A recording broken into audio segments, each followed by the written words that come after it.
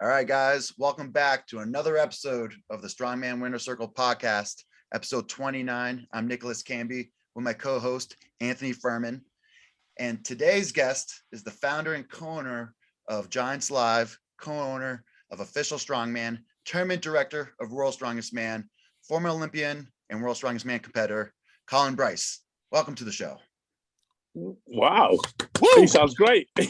Wow. We have the man here, the man that has been the sport of strongman for 30 years now.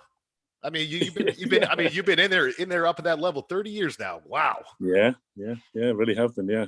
That's what seen them all since I knew John Paul Sigmarsson. So there you go. It's a real honor, because guys like you, up until recently, you're kind of like an enigma. Like everyone kind of knew of you, but no one knew you. But with this kind of access that we have with social media and all this stuff now, people are starting to get to know you a little bit. So thank you for coming on. I know it's not the most comfortable thing coming on a podcast like this and just kind of don't know what we're going to do. So I appreciate it a lot. It's just, My pleasure, guys. I'm to be honest, I was always very quite private, and I also, do you know what?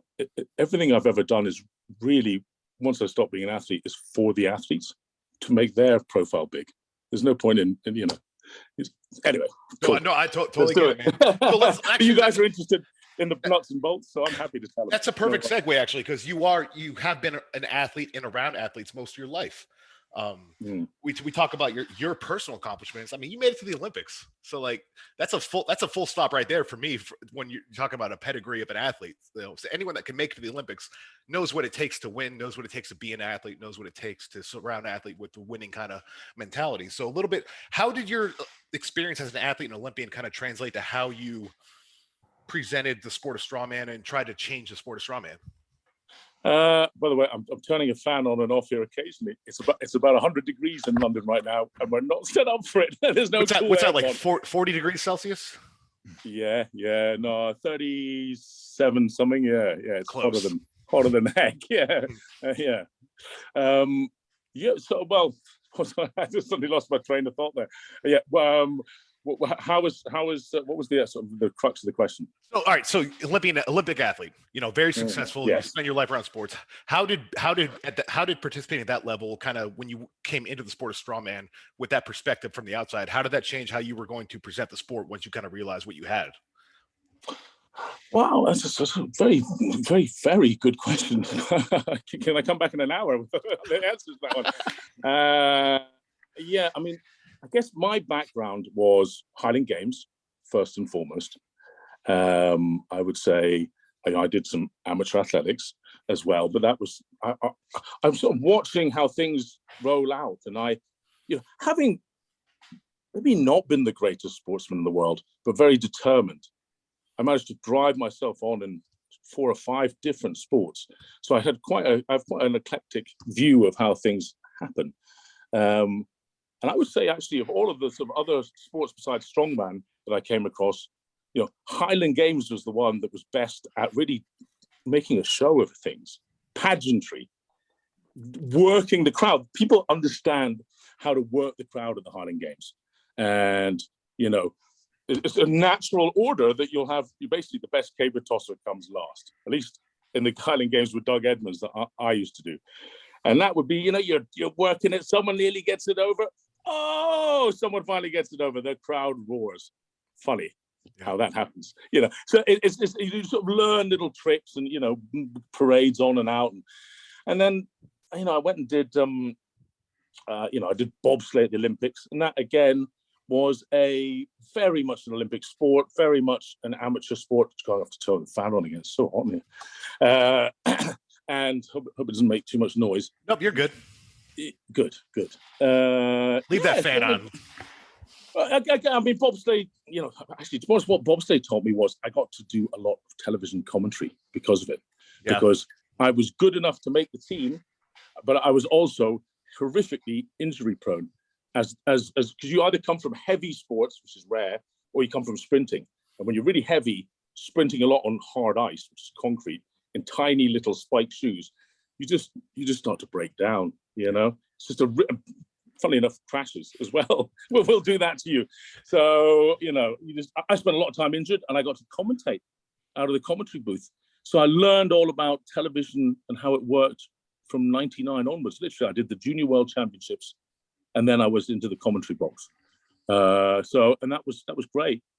You know, really understanding what actually the product was that went on television.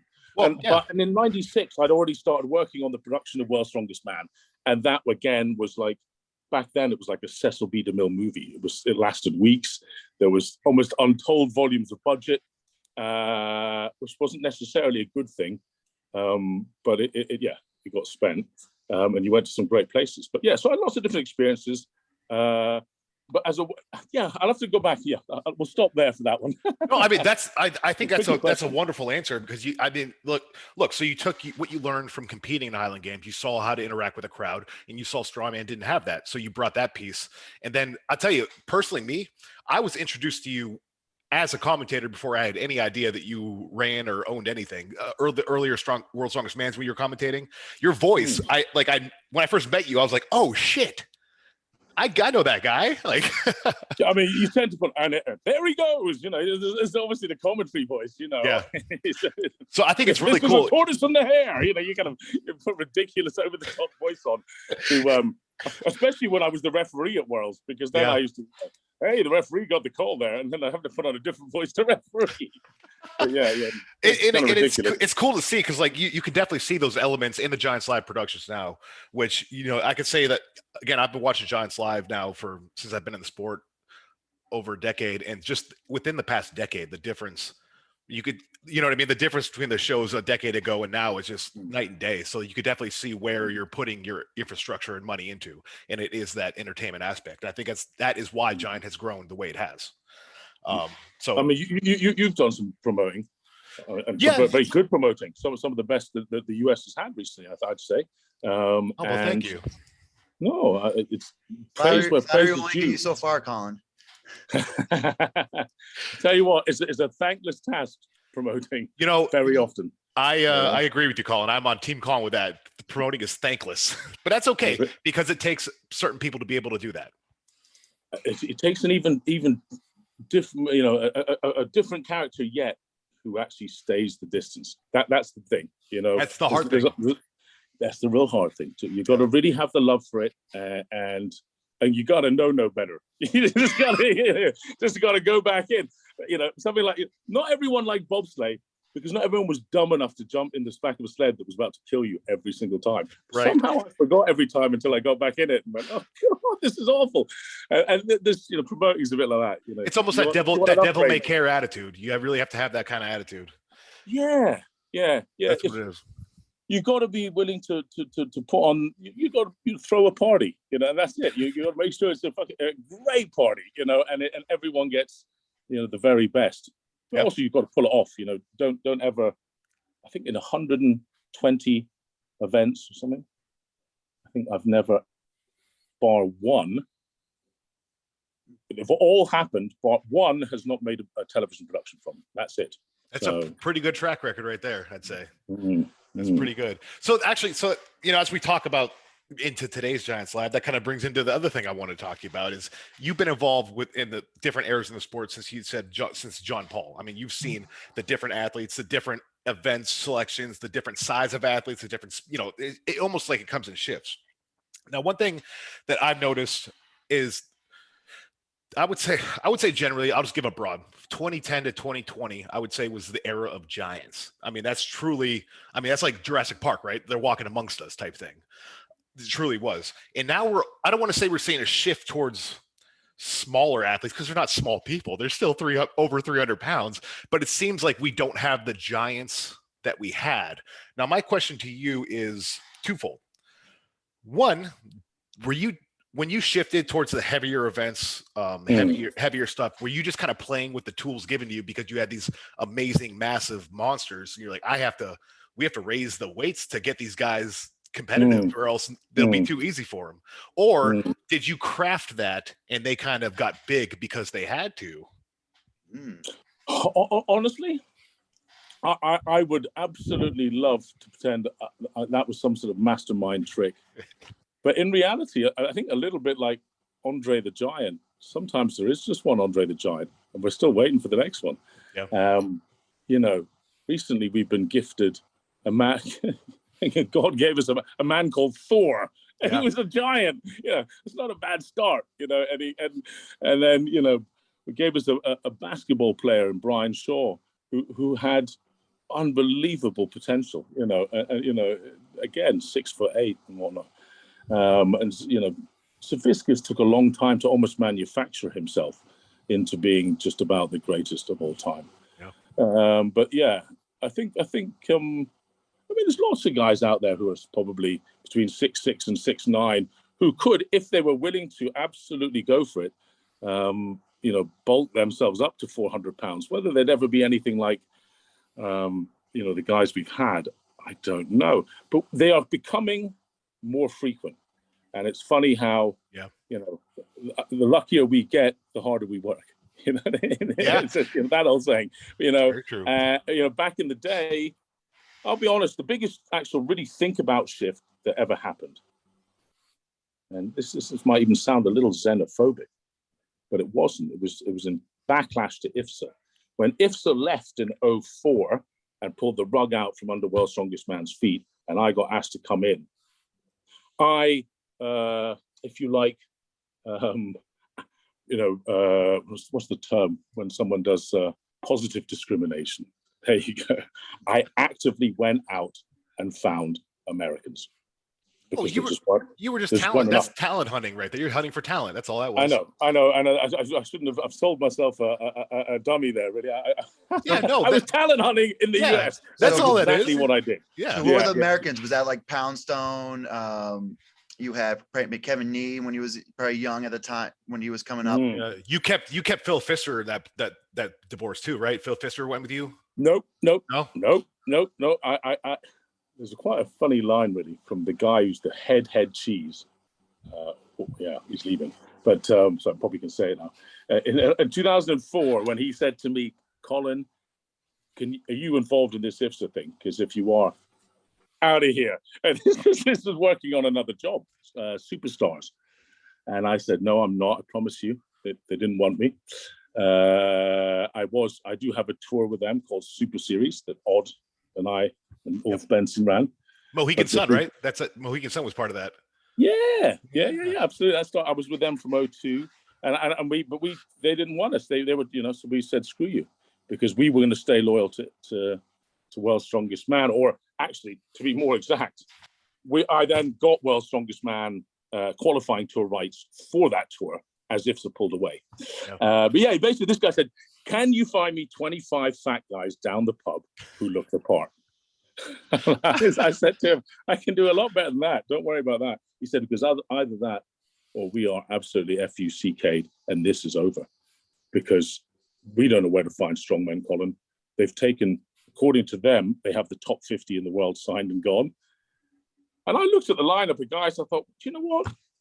A lot of the sort of, guys like Magnus Samuelsson, these guys, they've kind of passed it. And actually, it was a huge Eastern European roster, which actually wasn't going to do the production as much good. So we really focused on Britain, America, Canada, the Nordics, and with it came a whole stream of guys. As you said, Kevin Nee, Dave Osland. He was thereabouts for ages. Brian Shaw came through to the front of the first Venice Beach shows that we were doing. And there was one man who did not go with us, sir, which really made a difference, Mariusz Pudzianowski. The Dominator. Yeah, man. And he had been done, we don't need to go into that side of the story, but he came with us, and that was rather nice. But there was then an arms race. Yeah. Everything we did, they did heavier. So we go heavier again. So they go heavier again. Interesting. It was a massive arms race. And then, of course, the Arnolds all the time was screaming, we're even heavier. So we must go heavier. And that's how it got to the point of ridiculous. 1,500-pound yokes and stuff. Yeah. It was just like, But then by the time they died out in kind of, 2009, everyone shifted across and it was open seat. We had never stopped anyone moving, might I add. It was IFSA stopping that anyway. So they could come and go as they pleased. I want to how everyone, you heard it here. World's Strongest Man never stopped anybody from competing anywhere else. Book closed. That is true. It's just genuine. Just genuine, Good. Yeah. Good. And that's good. And that's what 100% what the sport needs to be. 100%. Yeah. You win in life. I think you win by excellence, not by negative attitude. If you go around attacking others, then you are. I think that's why it's most people like the UFC are under a lot of criticism, because they win by excellence easily anyway, but actually in some ways, I know they're pretty harsh on contracts and stuff, but I guess they have to be. It's a bit of a different thing. And we don't have enough money to keep people in with us, so there's no point in doing it. Yes, we do retainers before anyone says any comments. Yes, occasionally we do, because we have to have guys, if we've got guys to promote shows. Anthony, if I was coming, where do you live anyway? I live in Nashville.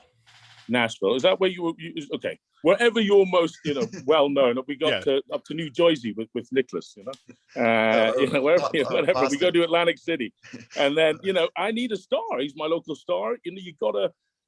If I'm asking him to do 5 days of going in and doing news things and this and that, listen, let's just agree a fee, bang, that's it, done.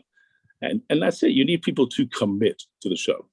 Anyway. Love it. Yeah, no, I love that. I've jumped ahead 5 questions, man. Sorry. So for everyone at home, here's what we just gleaned from that. That massive spike you saw in size and strength of competitors in the mid-2000s is due to the arms race of the ISFA World's Arnolds in the early 2000s. We saw that manifest in 2010 and beyond, because the athletes were trying to catch up and one-up each other. And by the time they hit their peak, it was another level of the sport. I think you can also say that really quickly, Colin, that Colin had a big hand in turning the American scene to what it is. Yeah. I think all that recruiting, getting the Americans involved, getting the Americans popular, I think that really helped to see what the American scene today, because I think there was probably a little lag from when the first Americans started popping out back in like the late 70s and 80s, and then ramping up in the 2000s. So Colin, from the bottom of my heart, thank you for efforts in America. That's something I did not know. So truly, Colin's like, shoot off. Oh no, I mean, hey, come on, Dion and Willie and loads of people, have done way more than I have. I guess I just targeted at the top. Well, I mean, when we're talking, we're talking about like the world level, of course, the infrastructure that Dion and Willie set up. I mean, that helped manifest the growth of the sport internally. But again, having people plucked out to be put on television is just a totally different ballgame, right? You have like the gold standard, right? And then like, for instance, that which you helped, and then you have Willie and Dion helping make that road to get there, right? In the US path. But you gotta have an end sight and goal when you start, that journey. Yeah, no, it's really cool. It's a shame we never all met up in the middle somewhere, but it is what it is. Hey, business is business. Business is business, and I think as we grow, as society grows, we all kind of learn from our mistakes in the past. So hopefully, in the future, we can all start working together a lot better. Yes, that would be great. That would be that's all. One comment I want to make, because again, you, for better or worse, at this point, Colin, you are intrinsically linked with Eddie Hall. You're basically his spouse. I mean, when everyone thinks Eddie Hall, they think Colin Bryce, right? And it maybe it's really? I think so. I think it's the documentary was a big part of it. I think the Eddie documentary that went on Netflix and everything. But for better or worse, For better or worse, that's what it seems, right? Now, I only say that because I want to say, given all those, we're talking about the Thors, who was born out of a mountain, probably literally just came out of the cave in a mountain. We have the Brian Shaw, we have Big Z, we have all these guys. And then you have Eddie, who should not have been what he was and had the willpower to do what he did. Like him or not, you watch some of the shit from the mid 2010s, it was some of the most impressive stuff I've ever seen out of a human being.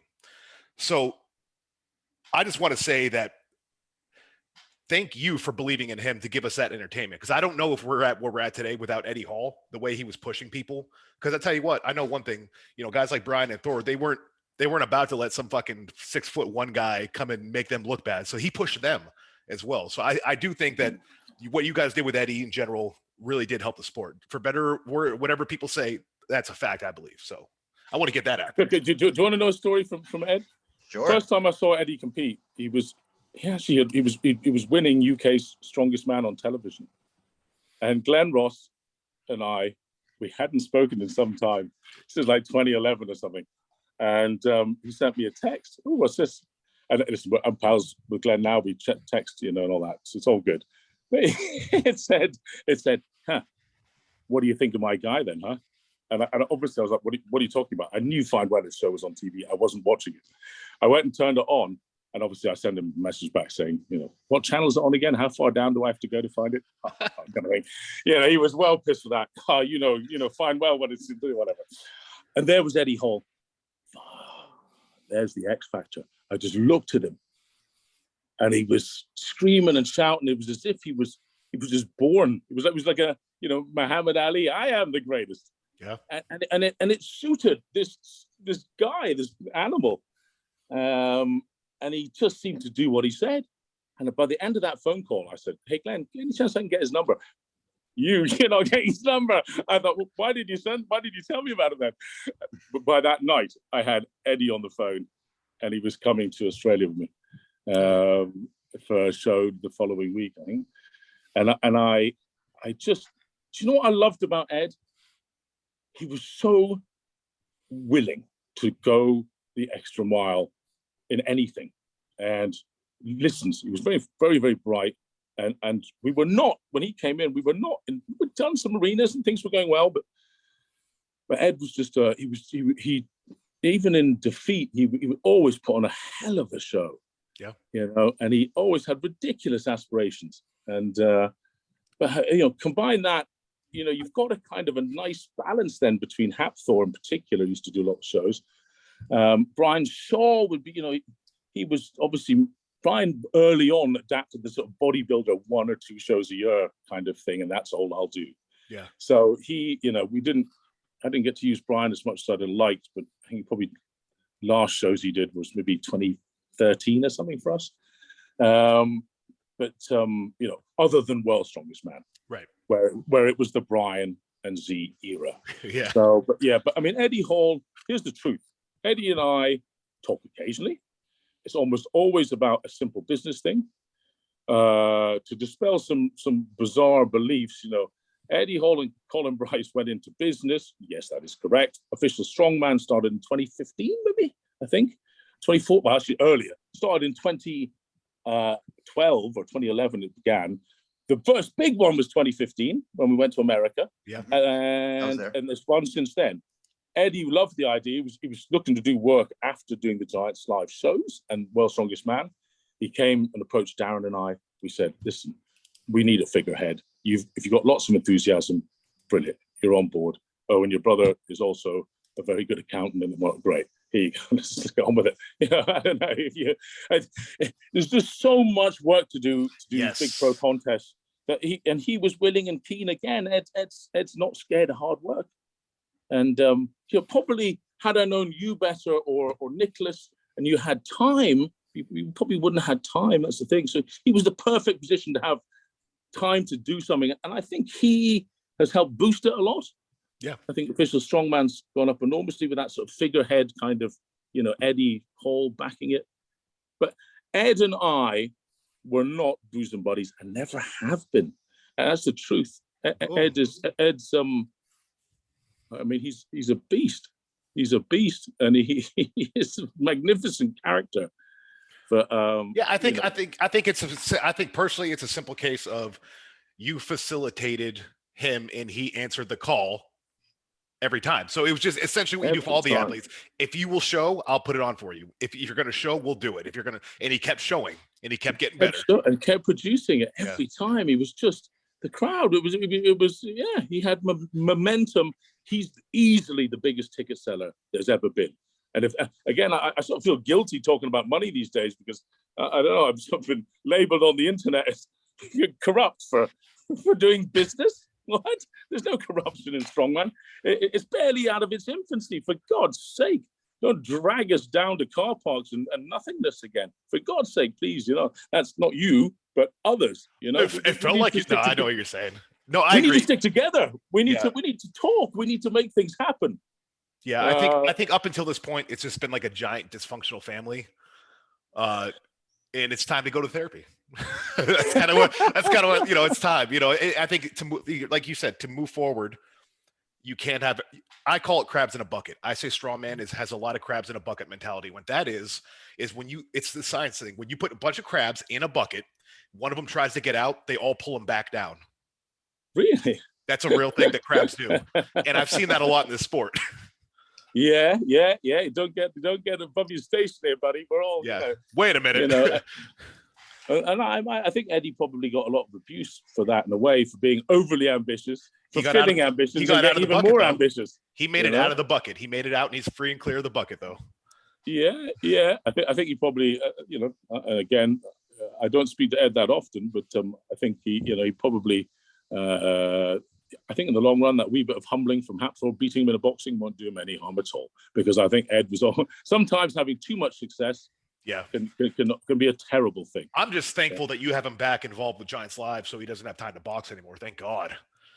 Yeah, well, he's coming. Yeah. I think Ed would have been a good boxer. I think he would have been fine if he hadn't torn his bicep. I mean, he has the athletic. If he would have done it his whole life, I think he would have been fantastic whatever he did. I think it was just a big ask to get that good, in that short of time. I think over the weekend. He didn't jab. All he did was swing a right hand, because he would torn his left bicep. Yeah. How can you go into a fight with no jab? I think he mentioned over the weekend that he was working on a fight. He said, I think he was saying I was watching the live stream, I think yesterday, just the recapping. I think he said he was sniffing around. So there's something in the works. I'll fight Eddie. But I tell you what, I think he can box a lot better than what we saw. I actually think he was a wee bit hubristic about his ability. Again, I can only go off what I've seen. He basically, he thought his talents were much higher, and he could even do it with one arm, basically tied behind his back. Against Hapthor, no way, mate. No, Hapthor. I've never seen Hapthor do anything but be so possessed and obsessed as well about things, and he doesn't. No stone was left unturned. Hapthor turned up in supreme condition. Yeah, that was pretty cool to see. Because what I saw from my perspective, because I have a little bit of fight experience, is I saw Thor, who trained, and he was the type that was precision and not trying to go for the fences. He was just bopping Eddie's head around for most of the fight, and then he saw Eddie, who was the Joe Frazier type thing, going for that big looping hook, right? And he just kind of got picked apart, is what happened. Yeah. I mean, the first round he got him a couple of times, and we gave everyone a bit of a woo. Yeah, this is going to be interesting. And then Hapthor's. All right, so first half of the podcast over. Ladies and gentlemen, you heard it here first. Eddie and Colin are not best friends. They are good friends. They are friends, and they're associates and all that. So internet rumor dispelled here on the Winner Circle podcast. Do you want a fact? Here's a fact for you. Before we ever gave Eddie any retainer money, Hapthor was on a retainer for our Giants Pro products long before anybody else. He was the number one guy. He was our flagship guy. That's a good investment. That's a good investment. There you go. I mean, Hapthor's a good guy. I used to go really well. Great guy. Here's one for you. And you two are world champions, right? Yeah, sure. Do you ever get a little bit? Be honest with yourself. If you lose, was there a reason that was outside of your control that you lost it on? Okay, here's my theory. There's about 4 or 5 men in the world who can maybe win one of these world titles, right? Especially with the absolute biggest boys, where the ultimate ego comes in. And I know Brian Shaw looks like the all-American nice guy, but when he's in competition, he will slice you in half like you're not there. And same with Hapthor, and same with Eddie. A lot of the other guys aren't quite as ruthless. And with that same mentality, those guys cannot lose. They lose for other reasons. Oh, it's not their own ability. It's because of you, Colin Bryce. That's why I lost. You fucked me up somehow. Seriously, if you were honest with yourself now, when was the last time you lost, Nicholas? My last loss, let's say in America, was in 2020 at ASM.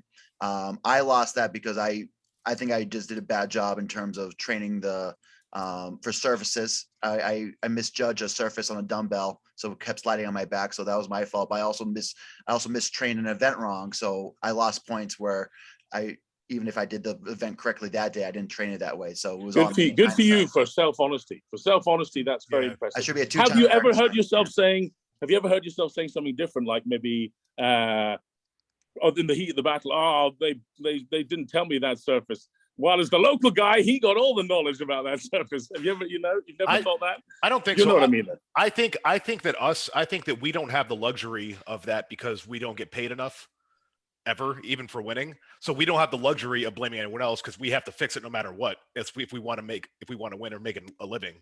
Yes. So I think we don't have that luxury. I think it is a luxury to be able to blame others. Yeah. Yeah, I mean, yeah, for sure. I mean, there was a sort of movement from another part of the world about, treating the athletes well. I must admit, ever since I was on World's Strongest Man and in my time at Giants Live, I can't ever remember treating anyone without the utmost respect. And okay, sometimes a hotel wasn't the greatest hotel in the world, but they understood. I understood. We all stayed in the same hotel and the same thing. Crikey, I've doubled up rooms before back in the day. No, and that's what you have to do. I mean, my experience as a promoter trying to raise funds, I'm basically where you were 20 years ago, starting out, all that. And so I have to talk to the guys. I have to let them know, like, hey, I care, but I can't provide this for you yet. Or there's a reason, like, I'm doing my best. So I mean, that is something where you can't please everyone. And sometimes the people you don't please make a bigger deal out of it than it should have been. I'll put it that way. Yeah, but even the guys who there is still a sort of a movement of confusion that somehow people aren't treated properly in every single aspect of World's Strongest Man or Giants Live or other shows like they are. What was the one line? I'm not even going to say what it is, but they got a few of the guys to say, "Yeah, we're living the Conor McGregor lifestyle." What, drunken fighting and lost your mind with your own arrogance? You know what I mean? And that's, I don't think we need any of that. I always loved the sort of humility of the strongman, and there's nothing wrong with them. But if you start treating people like superstars, they soon become, superstars in their own mind. Absolute power corrupts absolutely, and it's the same true with fame is the most powerful drug in the world, the most addictive drug in the world, and it has terrible consequences at times. Interesting perspective. I like that. This is a deep perspective on that. I like that. Well, I ask you this, right? I mean, of course, the obvious answer in such a scenario with lots of people listening is, I would prefer financial safety over any fame. But when you've started to actually have some fame and you've sniffed it, you've enjoyed it, and when you start to get a real chunk of it, but the most miserable people in the world are those, because it's a huge dopamine high, being loved. It's a feeling of love, which is far better than the feeling of mild safety. No, I would agree. Money is. I see people chase that a lot. They chase that dopamine high from being loved and known more than putting their efforts into business or making money, which they could if they put the same effort into that. So I agree. I think a lot of people chase that more. A feeling of self-worth or this and that. When that starts to disappear, it can hit you pretty hard, and I think, at least that's what I've seen. But these guys are, when they're at the top of their game in strongman, there's never been a World's Strongest Man winner who hasn't lost his mind for a short while. Well, here's what I propose to you. So I'm actually doing this right now. We have a clinical sports psychologist that's going to work with Clash athletes moving forward. And I urge Giants Live to provide the same thing for these athletes coming up, so they before they hit that level, they're prepared. They're prepared to accept the fame. For a small example, Mitch Hooper. Mitch Hooper right now on a rocket ship, right? He's going to get to the point where it's too much stimulus. He's going to be basking in the fame and glory and all that. I think it would really benefit him to have his sports psychologist kind of helping him deal with all that and kind of give him recommendations so he can manage that better as he ascends to the top, so he doesn't lose his mind when he becomes a champion. Anthony, it was just an example. You've got to sit down. He's one man you've got to sit down and have a beer with. He's going to blow you away, mate. He is. I'm shocked by him every time I see him. You can be so impressed. I tell you, that guy is as mentally impressive as he is physically, if not far more so. Colin, he's a genius. Sorry to interrupt, but whose call was it once JF Karan got hurt, and whose call was it to bring him on? Like, for instance, like who was like, we're going to bring on Mitch Hooper to World's Strongest Man? Who made that call? Was that your decision? Yeah, yeah, of course. Ultimately, yeah. I mean, especially at such a late. I mean, he was in the list of guys that Magnus, myself, and Darren all put together with the head of WSM production. Because that was a great call because it's. But it was late. That was a really late call. So that was. I think I would always pay the respect for phoning the guys round. But I guess ultimately at a really late call, this is the real truth. He was brought in as a reserve. He lasted as a reserve on the list for about a couple of days, and then he went into the show because people were dropping like flies. I did not know. No, I can't take claim for it being a great call. I did not know how good he was. I knew he had done. Well, it was a little bit of a gamble, but it was a good gamble. Yeah. Because we didn't see him the traditional routes. He didn't do either the small qualifiers. Also, I want to say this. Thank you for inviting that man from South America. Manuel Angulo. Manuel. I didn't want to mess his name up. Manuel. So to me, I see that, and what I see is you introduce the sport to hundreds of thousands of people that otherwise would not have known that they could be there. So I think it's a wonderful choice. I understand that he's not Thor. I get it, but let me say one thing. There was some slightly ill. Be careful what I say here. Slightly ill-researched commentary done on him beforehand, and I can tell you he is a 2 times South America's Strongest Man winner. Yep. He is absolutely the strongest man in his home country by some margin. Yep. And he is, he only came to the sport at 36 or something. And we all saw him at Official Strongman. Eddie the Eagle at the Olympics. Now, I'm not likening him to Eddie the Eagle, but he was the best British bloody ski jumper we had, if you remember him from the Olympics. Okay, he only jumped 50 meters when they were all sky flying 100 meters, but that's the best we had, and he had the bollocks to go do it. And I'm afraid South America, there was the Brazilian fella for a while. He was quite good. He was almost the standard. But Manuel Angulo, not only that, he's got the toughest face in history. I mean, that guy, if Hollywood doesn't snap him up, I thought at worst he's gonna go out there. He's got a hell of a grip, and hopefully he doesn't get injured. The man was the strongest in his continent. Let him have the right to represent his country and continent. Let him have the right. What, we're gonna have another? Okay, we could have 55 Americans out of the top 30. That's the truth. All right, maybe 10 Brits or something, but it sure gets boring, doesn't it? That's not the, I hate to say it to American podcasts, but the World Series isn't really got the world in it. hey, we have Japanese baseball players and stuff. That was just teasing. But no, I agree, and it's one of those things where I just think that it's more important. People talk about wanting to grow the sport, and then those same people don't want to give Manuel an opportunity. Manuel's grown the sport more than probably anybody at Worlds this year. He probably grew the sport more in his home country than anyone else across the world. All of South America, man. All of South America. Yeah, absolutely. You couldn't be more true. If you went and really researched it, he has, like we all have, he has his enemies who will say a lot of poison about him and actually probably speak better English. And something is very true in life. He who is working hard has his head down and isn't necessarily lacing the internet with poison about him, certainly not about himself. Yeah. He's had his head down working. He's a good guy. Yes. He's real good guy. One of the good ones. I like to think of myself as a good guy. What was it? Paul Dwyer messaged me the other day. Brycey, go look at this and that. It's on stories. And I don't even know where stories on Instagram is. I don't know how to get there. Stay that way. Stay that way, Colin. Don't ever find out. Stay that way. I'm not particularly vain. I don't particularly want to look at photos of myself or anybody else for that matter. If we're going to make a few quid out of it, then we got someone who does it and works on it. But I don't. I just don't. I don't actually think it's a horrible vanity project. Instagram. There you go. I've said it out loud. But, oh no! But if people are going around putting wicked stuff out about me, unless someone told me, I'd have no idea. And I wish they wouldn't tell me because I'm quite happy to live in ignorant bliss. Because it's quite upsetting when you realise what these wankers are writing about you. Anyway. Wankers, all of them. Wankers, a lot. Get out of here. But moving on, Anthony, do you have any more questions for Colin? No, I'm sorry. Me and Colin just took over Camby's podcast. Sorry, man. Sorry. But everyone's not badass. We learned there was plenty of good bits, but don't forget, this is the Strongman Winner Circle podcast. So we gotta give back to some of our listeners, the up and coming strongman, the next giants of tomorrow. Yes. Colin, in your opinion, is it better to be cocky or humble?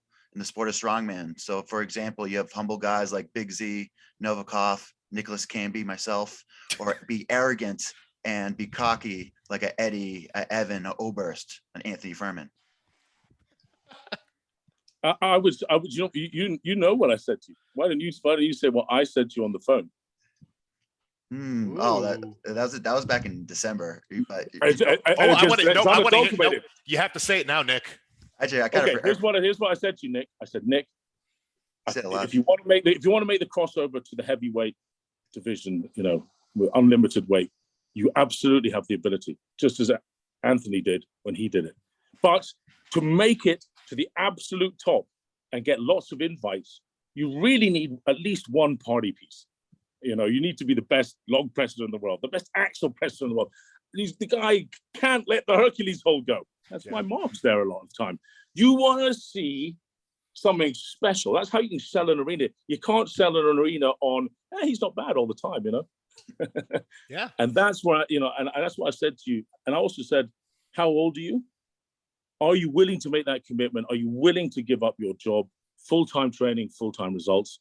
I think this is normal should be like it most people, because that's my experience in life. And I think, Anthony, I still think both you and Nicholas, Nicholas is who I'm really speaking to here. Nicholas, I still think you can make it as a world-class heavyweight if you think you can make it as a world-class heavyweight. There you go. Do I want cocky? I want excellence. Excellence that I can package. No, if you went and pulled 600 kilos down the local gym and you didn't tell anyone about it, what the fuck was the point of doing that? You know what I mean? Sport, even in its most basic form, is showing off. Look at me. Look how good I am at this. That is sport. That's what sport is. Unless you're just a miserable whatever who likes to grind out miles on the road running, for my health, really you're showing off. That's what you're doing, right? I like it. Yeah, I like that perspective. That's a good perspective. You got to tell everybody why you're the best. This is what we're taking. Show them the whole thing, give both, and therefore, yeah. Yeah, I mean, come to me in a package I can sell, and I'm happy. Back in the day, I'll guide you. Back in the day when I created the Flama Blanca character, that's part of what it was. It was something different that nobody was doing. Being happy and dancing after a big lift, doing the salsa, and that's people weren't doing. Bringing flamboyancy back to strongman. Yeah. Hey, listen, strongman's always been Marley camp. There's no way around it. Strongman's ridiculous. It's like we're lifting cheeses and wines and all this nonsense. And just muscles in general. It's definitely got a hint of camp.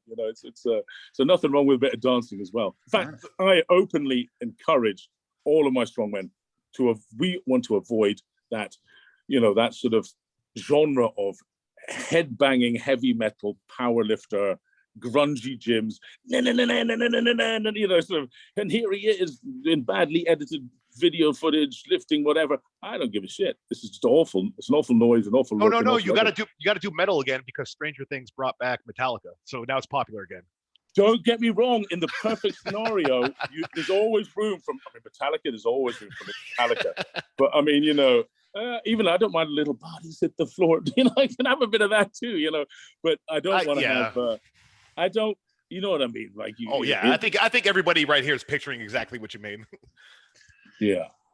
My old friend came to the Royal Albert Hall a few weeks ago with a new girlfriend, and afterwards he said, "Mate, she got really anxious before we went in. It's still Royal Albert Hall, like the poshest place in the world, and she was scared because she thought it was going to be a meathead crowd." Yeah. The average ticket buyer of a Giants live ticket, she averages at 49 years old, and she's a she, by the way. There you go. That is fantastic insight to that. That's crazy. I would not have expected that, both those, the age or the gender. So you must. She transcends everybody because she has children. She has a husband, a boyfriend, whatever, girlfriend, whatever. Yeah. She has a mom and dad potentially. Normally, who she might have watched it with. Often the most common stories, actually. I watched this with my dad as a young kid, and nostalgia is the most powerful thing on earth. And luckily, Strongman is rammed with it. Yeah. You can watch old Strongman shows and just delight in them. But you don't watch you can watch old baseball games from 20 years ago, but what do you really see? You don't see the haircuts, the styles. Yeah. Speaking of that, I still laugh and get goose, like when I think of what was it, Raymond Bergmanis back in the day with the little halo haircut he had when they were I think it was like 2002 maybe 03, I don't remember. Yeah. But I remember that will never leave my memory, is him deadlifting with that haircut. You know, it's one of those things that's stuck in my brain forever. It's a fraternity, it's a sorority, whatever, however you say the sister version. You guys, yeah, it's something that it's actually, it's a family is what it is. And once you get bitten by it, you know, and you go around it, you know, I think it's a great family. I think, you know, I always think when people say, "Oh, you see what's on the internet? What people are saying about this and that," you know, and you know, "Oh, have you heard what Anthony's up to? He's doing this and that against Colin." No, he isn't. No, he isn't. I tell you why. Because there's a few naysaying whisperers all over the internet, and I know Anthony. I know how good a good man he is. I know what he's trying to do. And if he were to put on 100 shows, then I know we wouldn't be competing anyway, because there can be 10 Premiership football games every single weekend and they don't compete with each other. Yeah. There could be 1 million strongman shows. And I've been very clear with my thing is that I'm not competing with anybody, right? And I'm trying to avoid looking like Giant Slab. I don't want to look like you. I want to look like our own thing. So I'm trying to actively not do the same thing. I don't want to. Absolutely. Make it a new sport. Yeah. I mean, I'm tailoring the sport to lighter athletes to see what they can do differently than thank you. That's what I'm doing. Thank you, because the reason we started Official Strongman, Daz and I felt a heavy burden of not helping the lighter categories. Daz obviously was a 105 champ, just like you fellas. You know, he's in the list. I was a failed 105 athlete and a failed heavyweight, funnily enough. But I love it, you know, and I think it's so much, especially the older categories. I think when we started, I fancied myself coming back and winning one until I realized the standard. It was brilliant. In fact, we must do an over 60 and an over 70. It's fucking mad. Just keep it going. Why not? Why not? Why not? You know, these guys are crazy, but it's fun. That is a real party weekend. We haven't pushed that like we pushed Giant Slab. I admit that. But if these things don't build organically, then they can't build. So let's just see how that gets on. I think there's enough support. I'd love lots more Americans and Canadians to get involved in it until it becomes, you know, as big as CrossFit, I guess, because it's sort of on that model. And that's the best model for me, because it means it's self-regulating. Yeah. You know, and I don't want to get into, because I know you guys have real difficult problems with federations and stuff.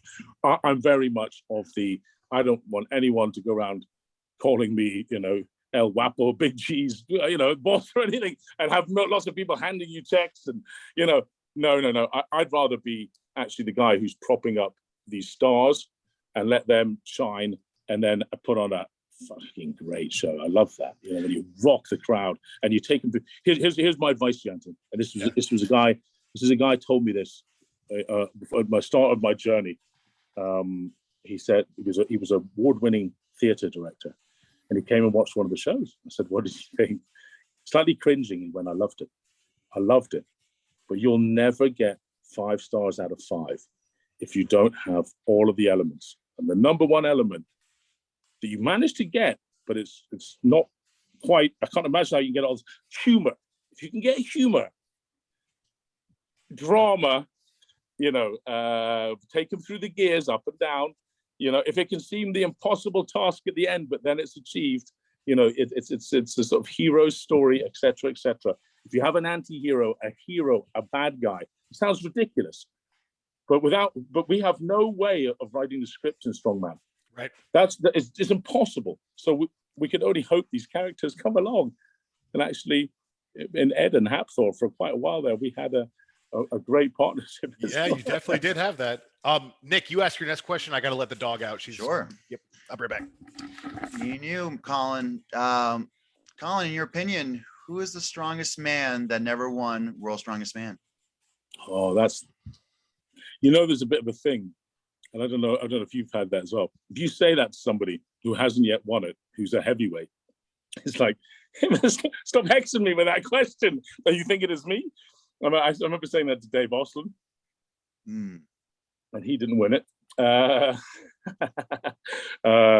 said it to Poundstone, He didn't win it. So there is a bit of a hex thing about it for sure.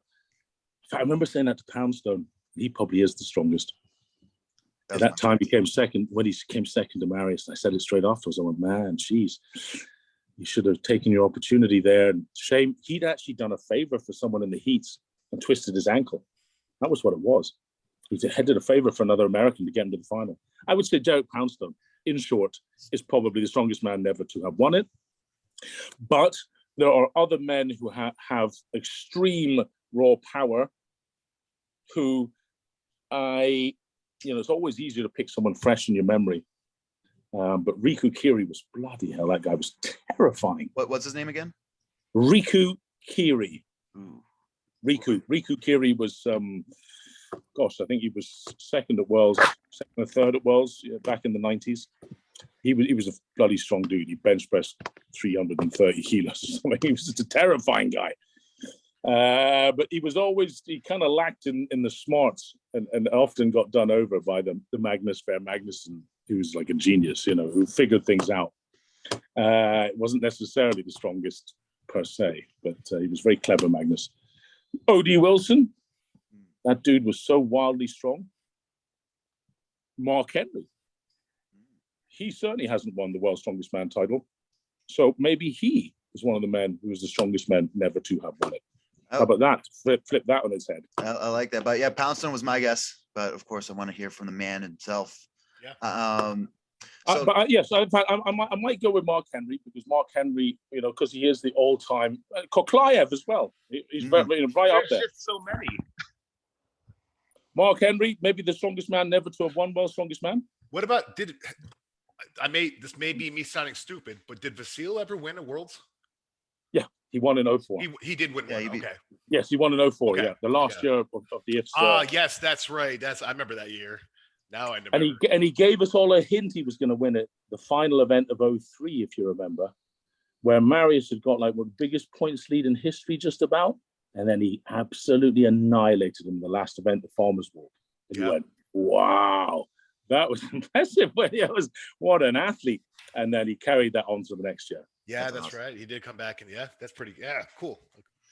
But Colin, let's paint a scenario. Ooh. So, Colin, you were born in the year 2000. So now you're 22 years old, looking to start lifting and pursue a competitive career in strongman with the goal of eventually make it to Giants Live and World's Strongest Man. Knowing what you know now, what would you do in your first year to start your journey?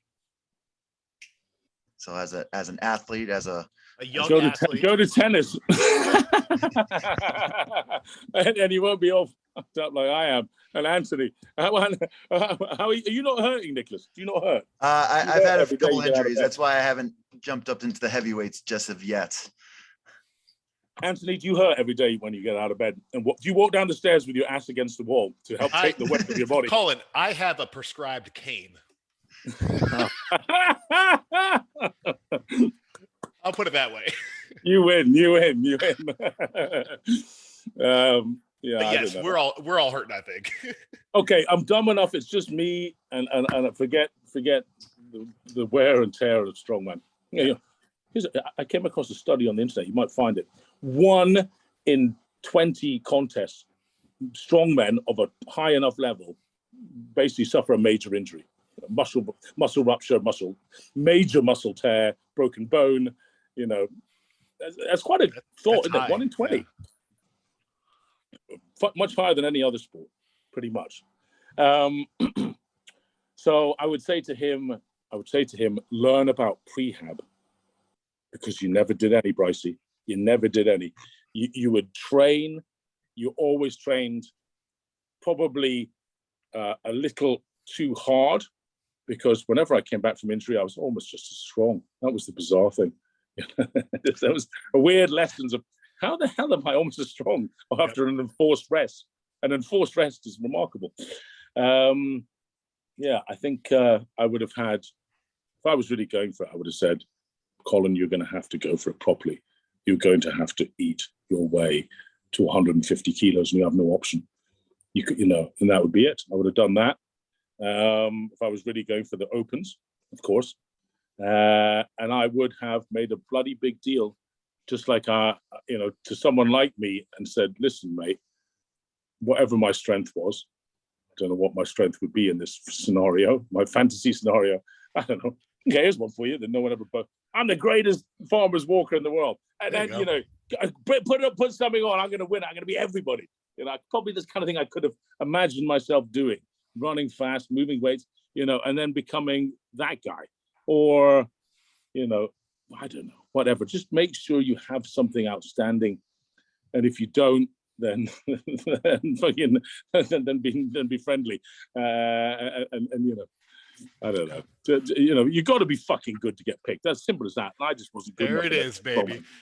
So you're saying 22-year-old Colin wants to get in strongman. You're saying, listen, bro, be smart. It's the internet. Learn how to keep yourself from getting injured. Make sure you're getting big enough the right way, and make sure that you're good at something.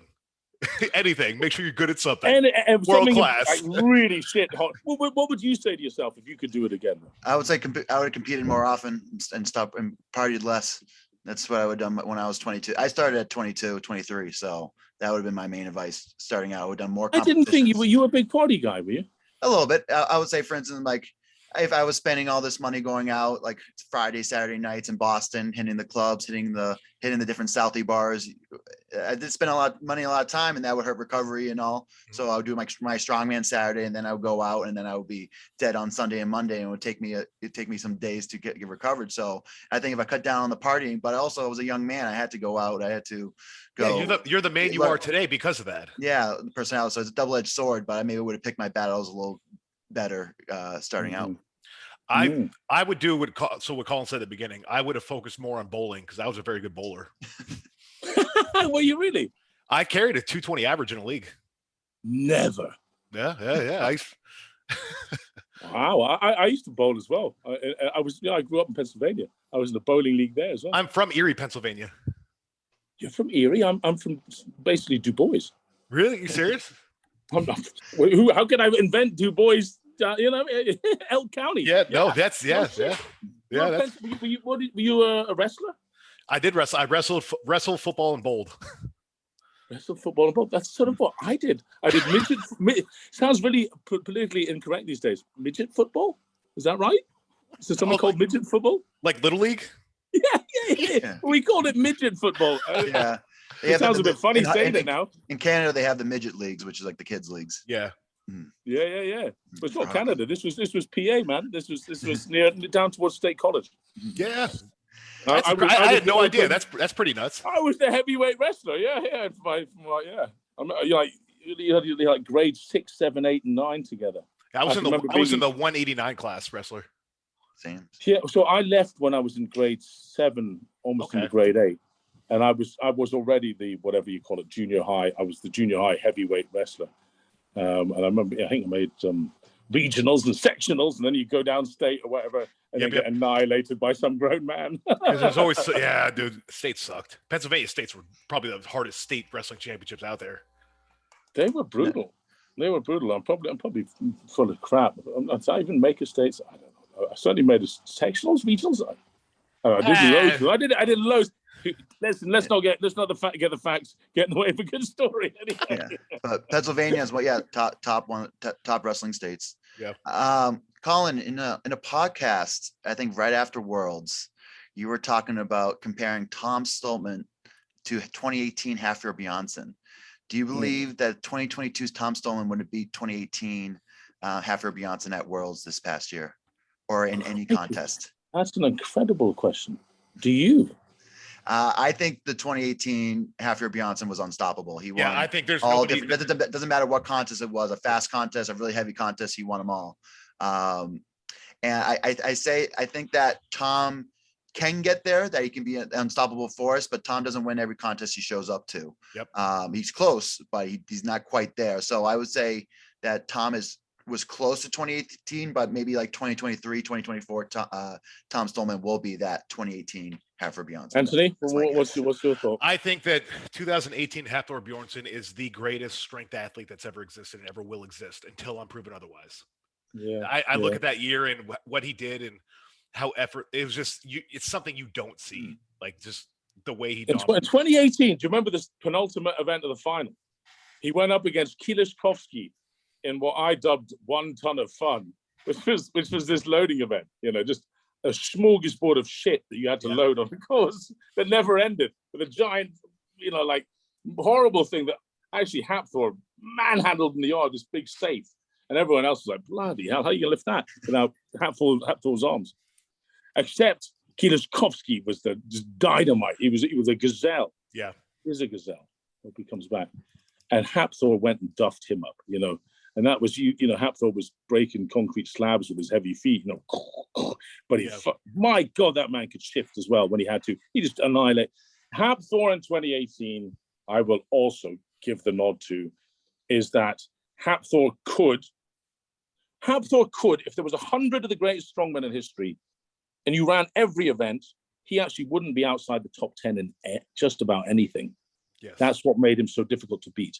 He might have even been in the top 5 in 60% of all those things, in the top 100 guys. And he might have even won as many as 30% of the events. He was that good. But that final and Tom Stoltman, in him that weekend, I just saw something that was really. He did 200.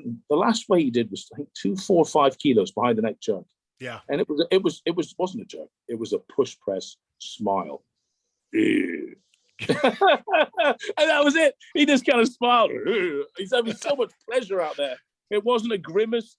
I just thought, God, that's unbelievable. Yeah, I don't think Hapthor could have done that. To be honest, I don't think he could have done that. Fair point. I'm pretty sure he couldn't have done that. And there's some freaky moments that Tom Stoltman does things. You go, what?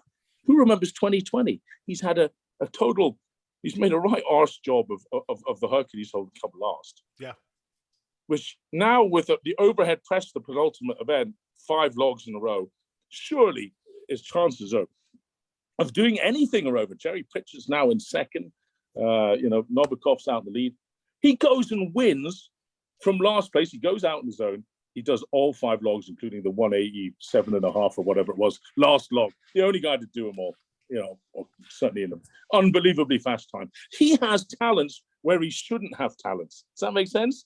Unbelievable. He too, like Hapthor, but I just don't. I think if he got everything together, I just think he could be. I agree. I think he flashes the same type of greatness that Thor achieved in 2018. I think he has flashes of it, and you're right. Once it's there, it's gonna be there until he chooses it not to be there.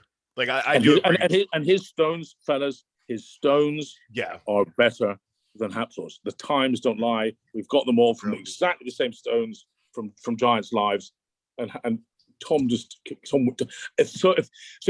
If you can say if we didn't have those, you say, yeah, but Hapthor was the king of the stones, man. He was unbelievable on all those. Yeah, but actually on the same sets of stones, he wasn't as good. So it's not a huge difference, but he isn't. So I think he could have beaten Hapthor of 2018. Oh, he's sticking with it. I like it. But I gave myself wriggle room with 100 guys and 100 events. So, there wouldn't be many who could do that.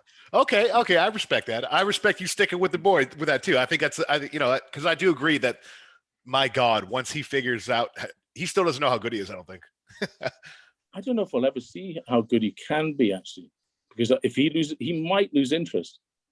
Yeah, and that's also like better not. Being autistic, his focus could be totally on something else, and that's it, gone. He's not so interested anymore. But his frame is so big and solid. What the hell is that? It's my cat. My eyesight's not very good. I'm like, what? No, sorry, this is Aria. This is Aria, my kitty. All right, no one cares about your cat anymore. Colin, your beard. Hey, so this is a common question. So yes, from your experiences, so fill in the blank. Winners are blank, Colin. Winners are blank, Colin. What does that mean? No, fill in the blank. Winners are. Fill in the blank. Okay. Winners are blank. Winners are happy. All right. You want me to say adjectives? Yeah. Or do you want me to actually? Do you want more than one word? A profound statement. No, that's perfect. You just say usually. I would say winners are a mindset. You don't have to always win to be a winner. Okay, I like that. Love it. And then, since I don't want to take up too much of your time, so we have a strongman superlatives. So maybe we'll do a little bit of kind of a rapid fire. Yes. But in your experience, who's been the smartest, most cerebral strongman that you've come across? It might be Mitch Hooper. This guy's he's like the mother brain. I'm telling you, he's impressive. Big praise. Yeah. Yeah. Maybe our next He's victim of our podcast. Yeah, we should have him on. You absolutely should do. If I was to go guaranteed, I'd say Maggie Vare is the flyest guy I've ever met. He's unbelievable. He's in The Gentleman as well. But a great brain. Anyway. And then when it comes to like fastest and foot speed and like fast twitch muscles, who's the fastest strongman you've come across? Oh, that's a maybe great explosive, maybe. Ooh, that's a good question. I would have to say, I think probably Thor and Strongman, but there would be other ones like you wouldn't ever see it from, but Yarrick Dimmick. Yarrick Dimmick did one of the most amazing things. Yeah. He did one of the most incredible things that sticks in my mind to this day, and I almost can't believe he did it. He was totally cold, had a huge bag, shoulder bag with a huge thing on his side. Must have weighed a kit bag going into competition. It's morning. It's like 10 a.m. You're walking onto the competition field. It's a grassy field. You've got a high railing right here. Like a big metal railing that the fans would lean against like that, right? You might put some advertising in. I'll do a quick interview with him. And he's in his jeans. He turned around and just 2-footed hopped over what had to have been like a 4-foot high fence. I went, what? What did he just do? Maybe higher, maybe 4.5 foot. It was a proper high, big metal fence sticking up. It was so impressive. I still can't believe I witnessed it. I've seen bobsleighers have some of the biggest vertical leaps. I had the British bobsleigh vertical leap record for at least when I did it. I think it was 91 centimeters. This is like almost 30. I don't know, 35. I can't remember. That's a decent 35 vertical, inches or something. So when I looked at this guy, just did that in the cold on a wet, grassy field, bang, with this big, heavy bag. Anyway. No, that's a good one. I like that story. Okay, there you go. So, Colin, who was the hungriest or ate the most of all the strongmen you've came across? Greediest would be probably me. Hungriest man I've ever met. Hungriest, genuinely. Who ate the most? Like food-wise. Yeah, I get it. I totally get it. I think Brian Shaw is quite a consumer of food. He's really quite something. But I mean, that sort of goes with the territory of being massive. Absolutely. I had Eddie Williams stay in my house for like a week, a couple of weeks ago, and he ate like a bird. It was amazing. Such a lovely human being. He's such a good man. Yeah. Oh my God, what an entertainer! You should get him to any show you're doing. Get Eddie Williams there, because even if he doesn't win it, he will rock the crowd. I'll see if he'll do a concert for Clash, Clash concert series with Eddie Williams. Mate, I'm telling you, he would love it. He'll write you a song, compose you a song, anything. He's just up for fun in life. He's really, he's an unbelievable dancer as well. Yes. So I met him back in 2020, Arnold, Santa Monica. Maybe that was like when he came over. That's why I first met him, and ever since I've loved him. Yeah, he's charming as hell. Yep. Nicholas, were you a break dancer, Nicholas? I'm a pretty good dancer. I like to kind of move around, especially for back in those clubbing days. I liked a lot of the more electronic techno music. So yeah, me too. Me too. Ooh, maybe I would say Eddie did really well for someone coming off of short notice, hopping into that show. So coming in like top 5. Appreciate it. He fucking won the Hercules hold. Yeah, that's it was awesome. Yeah. It was awesome. So short notice, that was awesome. He's a brute. Colin, who's the funniest strongman you come across? Funniest? Wow. Geez, these are great questions. Oh my God, who is the funniest? But there's a whole list of characters. I bet maybe Marius back in the day is one that comes off in my head. Marius Pujanovsky? But maybe funniest on camera. But of course you see him behind the scenes too. Marius was all right. He certainly didn't. I don't know. Wow, this is whoever I say. I'm not going to have done this justice.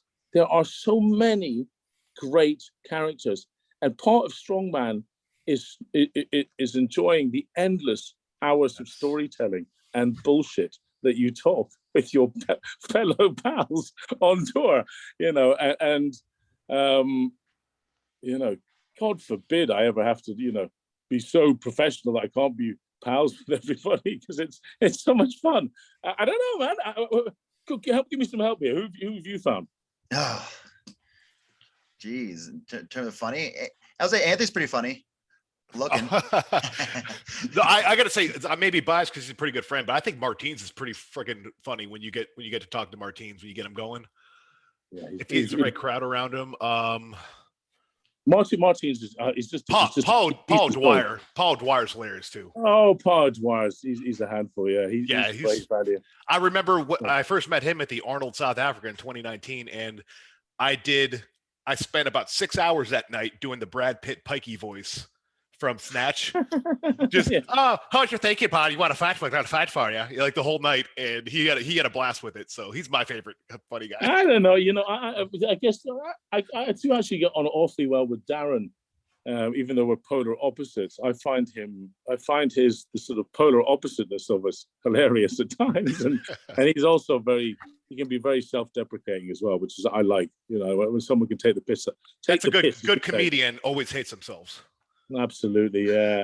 I mean, geez, I'm trying to. I find Oberst great fun. I can belly laugh at Oberst with the best of them, and I know you guys might have different opinions on him. The ridiculous. Probably because you were closer to being peers of his. While as with me, he just had fun. I have nothing to say on the subject. Yeah, I know. I mean, yeah, exactly that. You guys are much closer to your peers, really. It's different. So here, we'll move on. Who's the most nervous strongman? Was there people just in the corner, just have in their heads in every Ravis contest? Ravis Fitzes was probably the most neurotic. I hate to say it, Hugo Girard, World's Strongest Man, had certain neuroticisms. Which is why he couldn't sleep and always, for a few years, turned up as number one in the world and never won it. Ravis Fitzes, I used to limit to 3 questions a day.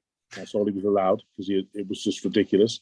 If he didn't, he would be, hey, Colin, what is the farmer's walk handles? And what are we doing? What are we doing?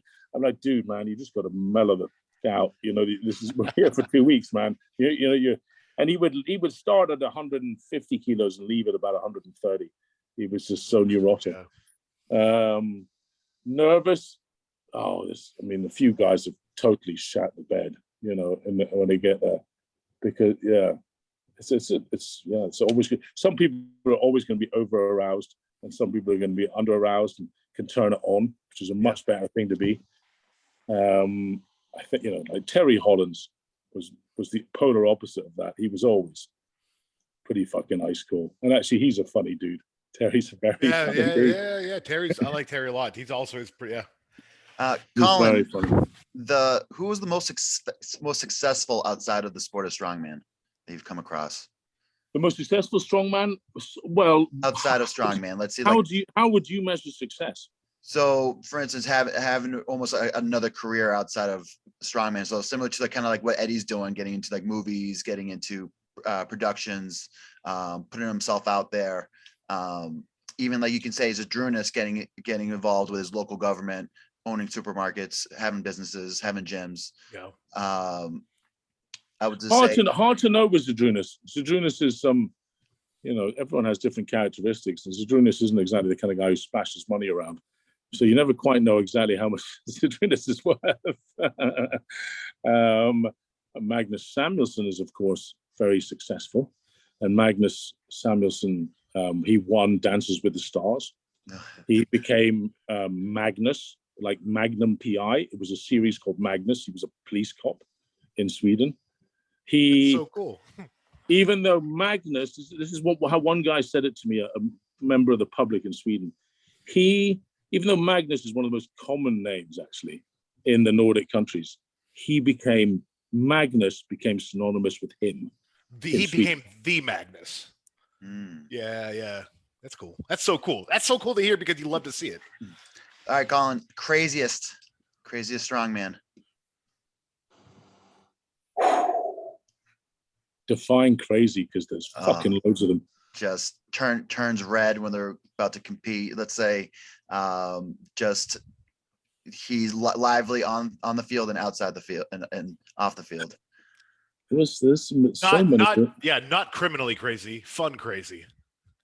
Fun. Okay, thank you, Anthony.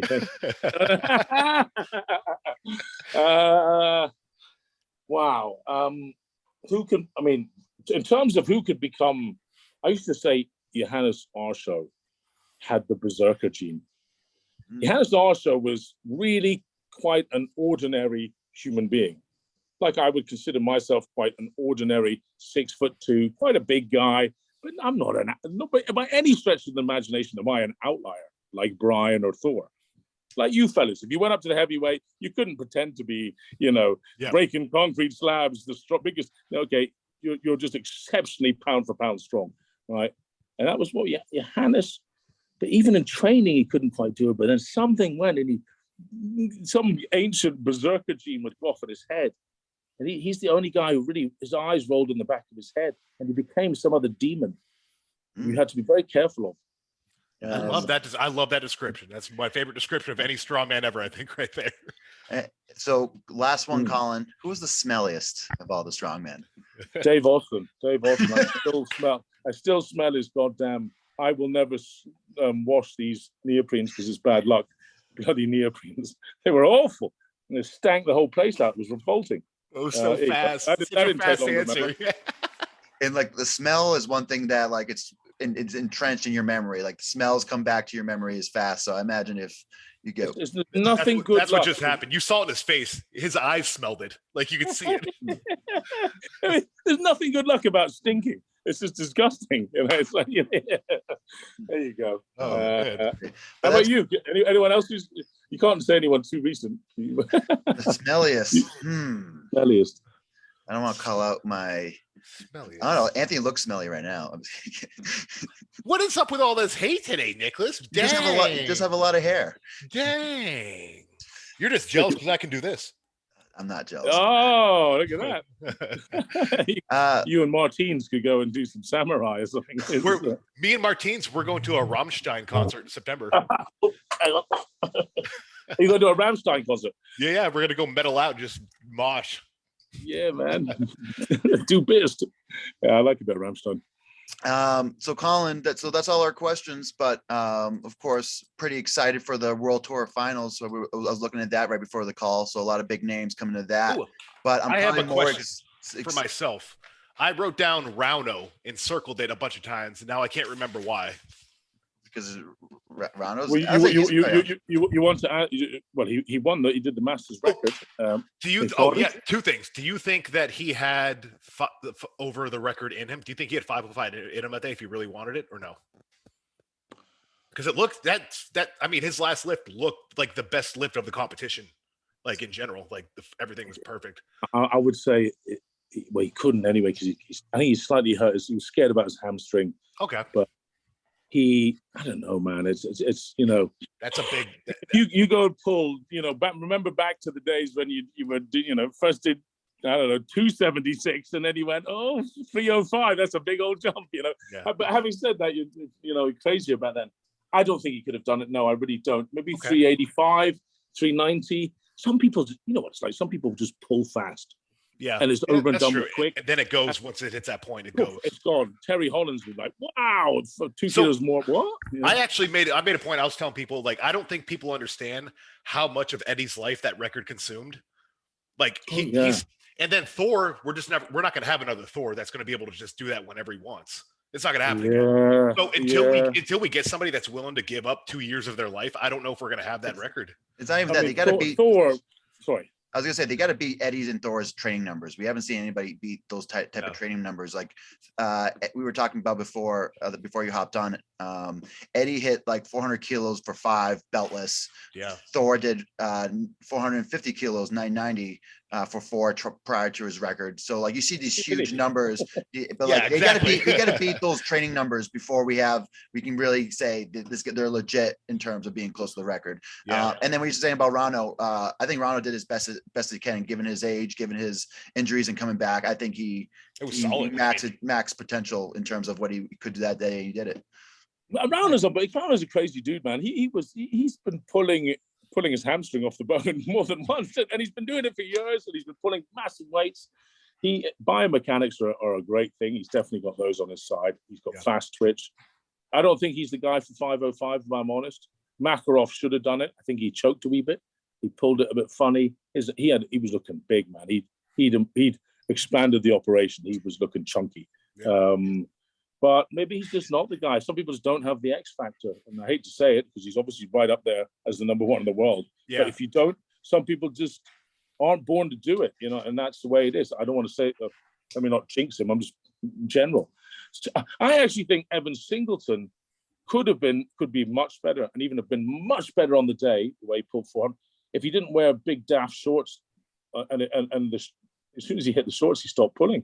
And I don't think he's figured that one out yet. You're like, dude, just change into some tights. Oh, because he still wears those stupid neoprene even when he deadlifts. So on the 1,000 and then it goes over the neoprene, hits his skin, and then he's got like neoprene shorts that are the chunkiest ones I've ever seen. Yeah. So you're talking about the 1,000-pound pull he did on that 1,000 attempt? Yeah, it got stuck right there.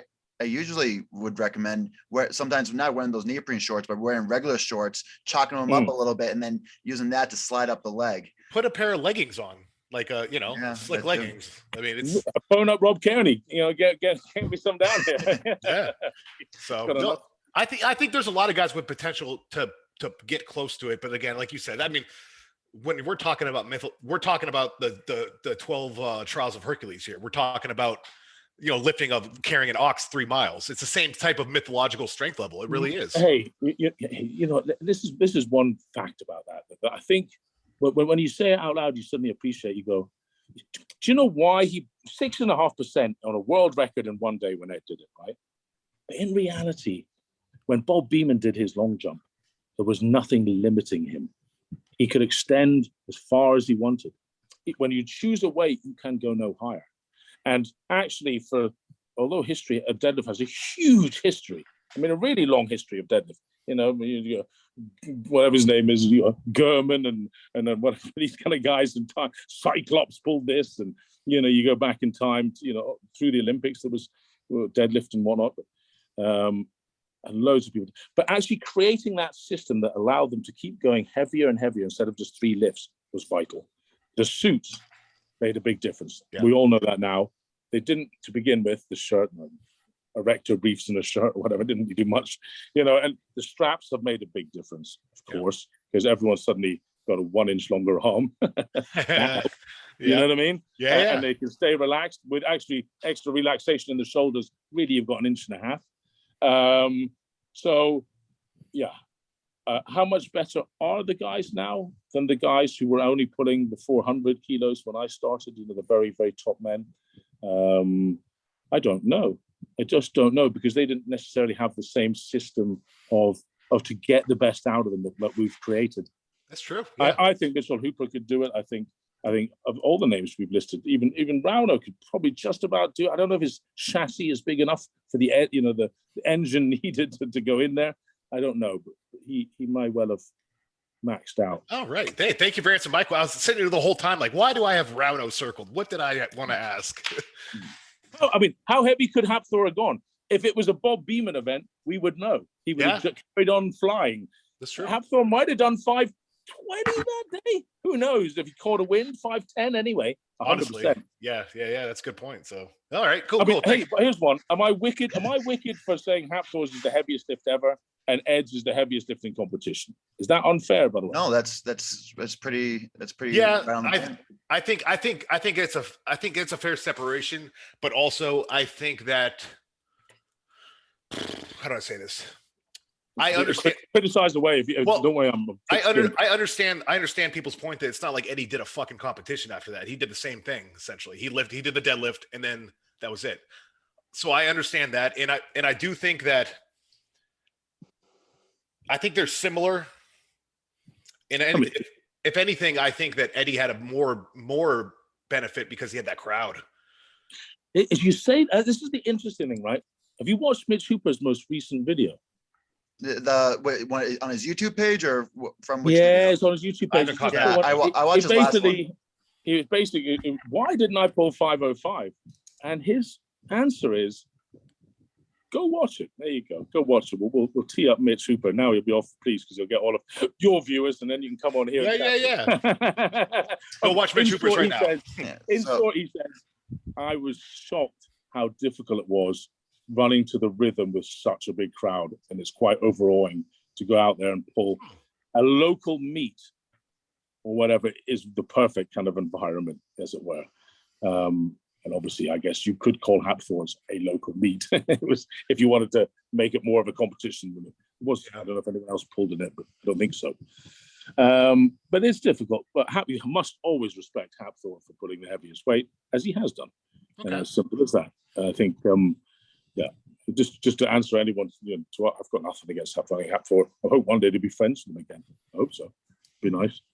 This podcast is chock full of insight and healing, and I really enjoyed this past hour and 45. This has been a good one.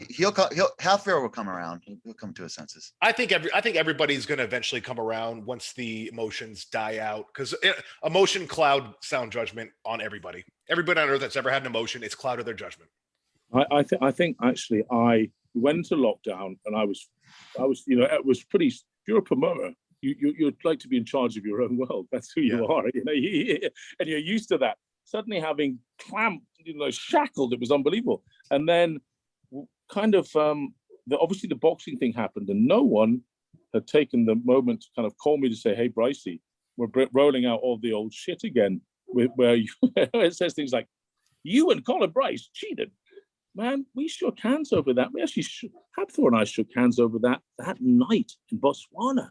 We was over then, and he came to Europe's Strongest Man straight after, if you remember. And his line was, "I want to be the bigger man." I thought, yes, absolutely, you are a big man for doing that, Hapthorn. Thank you for accepting me as the ref, and I'm there to serve you. I remember saying that to him. I'm here to serve you. I'll leave if you want me to leave. And he said, no, Colin, don't. That was the night after the double dip gate. Yeah, double dip gate. I'm still and it was nothing. And because of you, I got in an argument with one of my promoters about double dipping on a Viking press. So thank you, Colin. Listen, I once managed to cheat my way to beating Glenn Ross in a Viking press double dipping, because I had a kilt on and he didn't. You couldn't see my legs. So I know how much of a difference it makes. Yeah. Glenn Ross was a great presser. I was one of the world's shittiest pressers, and I did him. There you go, ladies and gentlemen. Wear a long kilt. Wear a long kilt. You can get double dipping on a Viking press. So, yeah, man. Anyway, but Hapthorn and I were pals, and when all that came out again, it brought out terrible. It was a sort of pick your sides moment, and I had nothing else to do but sit around and go help my pal make a video to clear my name. I thought, fuck this, and I wish I hadn't. It was an ugly series of events, and they were hyping a fight, and you got caught up. You got caught up in the emotional side of it. Got caught in the middle. Well, I just didn't. It shouldn't have involved me. It shouldn't have involved me. In the end, Eddie was fighting for my honor or something. I don't know what that was all about. I didn't ask for this, and I just want to be pals with everyone. Leave me that out of this, please. This is ridiculous. I did refereeing rules. I refereed for everybody. It's ridiculous. Anthony, this is what you got to look forward to. You're going to have a boxing match in your name one day. I'll fucking fight my own boxing match. I don't care. I look forward. I hope people challenge me. I like fighting, so I hope people challenge me to a fight. Well, I mean, yeah, I wouldn't mind fighting, 15 years ago. I don't fancy a fight now. To be honest, I'm a lover, not a fighter. And I didn't particularly want to be a part of any of that. I generally am a lover too, but I love throwing fists. Mate, when I was young, I was a nightmare. Absolutely the same. But Connie must have mellowed now, no? How old are you now? I'm 34. Okay, yeah. I'll be honest. I don't fight anybody. I just want to, but nobody ever wants to. Like I don't go out looking for a fight. Marines, right here. No one wants those ones and twos. I got big hands too. I wore the same size MMA glove as Brock Lesnar. So I just want to say that. You have got big hands. Put it aside of your head. Yeah. There's some big ass hands, aren't they? That's why I could do 190 kilo farmers at 105. Does it ever feel like Mark Felix is touching yourself? That dude's hands dwarf mine, I'll tell you. I remember shaking his hand and I was like, God, I thought I had a big hand. He's got big ass hands. Jesus, he's got big hands. Unbelievable.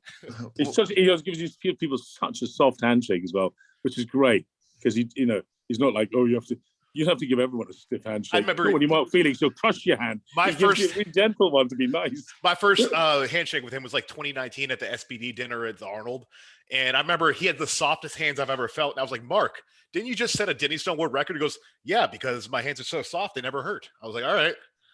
Well, he's probably a little more quieter about like, yeah, they're good. He's such a no, I was making fun of him. And he was just like, yeah, I like him soft. All right. But Berg Manis used to file his hands constantly because of the Olympic weightlifting. Softer the hands, the less likely they are to tear. Yes. I have a hand care video about shaving your hands. That's half the game. You can't rip calluses like that during mid meet. Shaving your hands, that's like an old wives' tale in Britain for something else, really. For Fury had too much masturbating as a young boy. He ended up growing hairy palms. Is that just the werewolf? Thing? The werewolf thing. No, I've heard that one before. Nicholas just saving him. Hey, listen, Colin. Nicholas's mom is watching. He can't be talking about masturbating. I am sorry, mate. It's all right. She watches everyone, but it's all right. She loved the Martins episode. Good. Cut this out. Was he rude, Martins? No, but he was like, it was like Martins. Like, what gets you motivated? What gets you out of the bed every morning? He goes, your mother. Yeah, I was like, oh no, not Michelle. It's good stuff. But Colin, hey, Martine's mom's not bad. If we're going to talk about hot moms, tell you what, she's like a super. We have learned a lot in this podcast. We have learned so much. The hottest mom in Strongman, Martins. We have Colin's not best friends with Eddie. Colin loves that Thor's deadlift. This is a good podcast. Hey, don't get me wrong. I do like it very much. Just like I like you fellas. I'm not bosom buddies with people so much anymore. It's just I'm an old guy. I'm not friends with anybody. When you get old enough, you're not friends with anyone anymore. That's true. Your acquaintances, But for all our listeners, make sure you check out the World Tour Finals, October 8th in Glasgow. That's going to be a lineup of Titans there. And then I'm excited for the November 26th in Liverpool, the America versus the UK show. I think if Team America puts their strengths together and executes correctly, they could win. But the UK lineup is a little more stacked, given usually I always said, like, if you ever watch the Real World Rules Challenge, which is an old MTV show where they always pair men and women together, the teams that had the stronger women's always worked. And then this situation, you have Donna Moore, Andrea Thompson, Rebecca Roberts, 3 women that have all won World's Strongest Woman. So you have a pretty stacked lineup there. So I hope the America wins, but I think UK. Well, that's a great insight. That's a very interesting insight. Yeah, I don't think America stands a chance in that comp. Interesting. Yeah, I think it's certainly. I think the UK is definitely going to win that one. Just so you know, I mean, Oberst and Eddie are going to probably compete in one event. I figured as much. Well, what events would you like to see? What do you think the Americans would be particularly competitive in? Well, you want to see their strengths, right? So you want to see Oberst pressing, and you want to see Eddie deadlifting. Yes, yeah, but not those two. Talk about the others, because those two have certain limitations, obviously. So are we picking the events? I think. Help me out. I want to hear it. So here's what I think. I think that you have to do something that will incorporate both genders on the same event. So it's almost a tag in, tag out. So, like, for example, have a long medley where each member has to do a certain portion of it, and they can pick and choose, or one member could do 2 parts of it if they have to. But it's up to the team captain to decide how they're going to do it. Absolutely. This is very much along the lines of what we've been creating. Go on, give me a juicy one. Maybe I was going to say an Anthony Furman event. Go ahead, Nick. I was just say the quick rule, like all like, for instance, a competitor can only do like 3 out of maybe like 5 or 6 events, right? So you have to really pick and choose the strengths of each one. I think that's important. I like the idea of having events where it's multiple disciplines in the same event. So that, for example, like a medley, make it a press deadlift medley, or carry into a press, into a drag, where they can tag in and out, so use their strengths. And again, they all have to, but they get penalized if they tag in. So they have to be like 50 feet at the start line. So if they have to tag in, the guy has to come back 50 feet to them. Then they have to go tag in. So of course it helps you because it's a fresh athlete, but it takes time. So now they have to game plan, and you're forcing strong men and women to think instead of just going out there and lifting. I think that would make this a fun team event. And then lastly, would you put maybe like 2 or 3 people on a deadlift bar? Would you do that? No, probably not. No, that for me is, I think there's certain things that are teamy that actually were not. It's more like I guess if the Ryder Cup, they still just play golf, you know. And I think we've got to be careful of actually looking at this as like teams doing the same thing at the same time. It is more of the tag in, tag out. People can get injured badly trying to pull 800 and something kilos together, you know. And I think, I don't think that's particular. Maybe something like Farmer's Walk we've been playing with, where you could have, you know, kind of like the old rickshaws in China or whatever, you know, you could do the other way around. You could do a giant frame carry, have like 2 sets of handles per frame, front and back. Yes, you could do if it was a nice high off the ground pickup. You're not going to get any bad injuries there. You shouldn't do. That's interesting. How would you incorporate the female into that setting? So I feel like the females you have enough tall females where it kind of counterbalances. It won't matter as much because they just won't pick the shorter ones to be on that event. 2 men, 2 women on it. They pick their corner. Yeah, and start moving. Interesting. Yeah, but, I mean, there's lots of things. Definitely lots of things you could do. I mean, you could even do things like total tonnage, you know, where you're going out and lifting something. You have different options to lift different weights. Yep. And then per team, you could get a total tonnage scenario. And if it's obviously forced into a time situation, you know, you got 3 minutes, then, you know, whatever. Big Tom comes out at the end and lifts as many as 200 kilo stones, you know. Something else you could do, Colin, I think would be fun. Let's say before the event, you give each team a list of 10 events, right? You can, and the cool thing about this is each team gets to pick one event off a list and one of their people to go head to head with someone on the other team. Now, whoever wins that event gets double points for that event. It's called the ringer. So, for example, you know, let's broad thing. Eddie's like, oh, well, we're going to do a deadlift because I'm awesome at deadlifting. So he picks a deadlift, but goes out there and all of a sudden somebody out deadlifts him. He loses double points. Gee, that's a nice twist. I didn't even thought of that one. Strategy, right? If we do that, credit where credit's due. That's bloody good, mate. Where did you get that one from? It's plans for the future. No, but is that like something you used to play with your pals? No, I mean, so it's a little bit of an element I've seen in different like CrossFit team events, grid league team events. I've seen game shows, you know, the big game show thing. NFL, you know, you challenge. Call, you lose a timeout if you fucking lose. I like that, having a stake in the game. So I'm trying to incorporate a lot of ideas from professional sportings into our thing.